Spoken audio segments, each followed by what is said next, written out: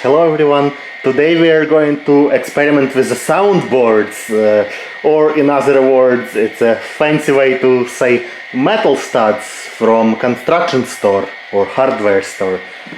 Unfortunately, there's not much place to run even decently length train, so 6 cars is probably as much as I can get to have some distance to run.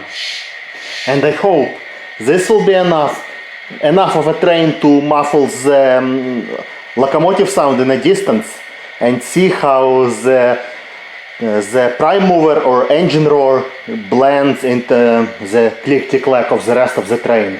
I hope you enjoy this video, and if you do, like, comment and subscribe. Again, on my way back, I will try to run this train as fast as I can so you can hear the audible clickety clack, but unfortunately, due to the limited length of the track work, I cannot guarantee anything. But let's give it a try.